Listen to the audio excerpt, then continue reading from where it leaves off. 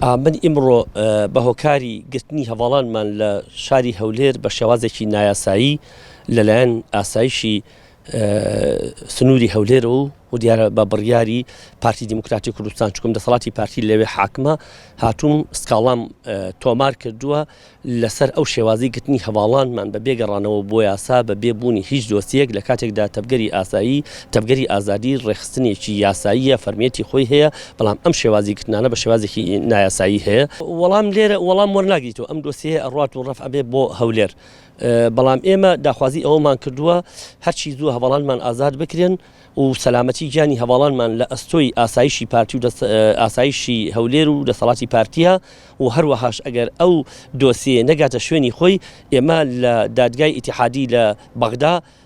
لەوێش سکاڵا تۆمارەکەین ئەگەر لەوێژ نەبێ هەر لە ئێستادا هەواڵانمان لە ئەوروپا لە جوڵاندنی ئەو دۆسیەدان بۆ هەموو ناوەندەکان ڕەنگە پێویستکە هەتا دادگای لە هاشی بەرین ئەگەر ئەم دۆسیە بەردەوام بێ بە شێوازێکی ئیشوائی و ڕەشبگیر هەواڵانمان لەسەر هەڵوێستەکانە لەسەر هەڵوێستی سیاسی و تێکۆشانێکی دیموکراتی بۆ گەل و نیشتیمانەکان زیندانی بکرێن وەڵاجا ئیترەوە ئەوە یاسا و ئەو شێوازی قانونەی کە لە هەرێمی کوردستانە هەیە ئەگەر نەڕوا ئێمە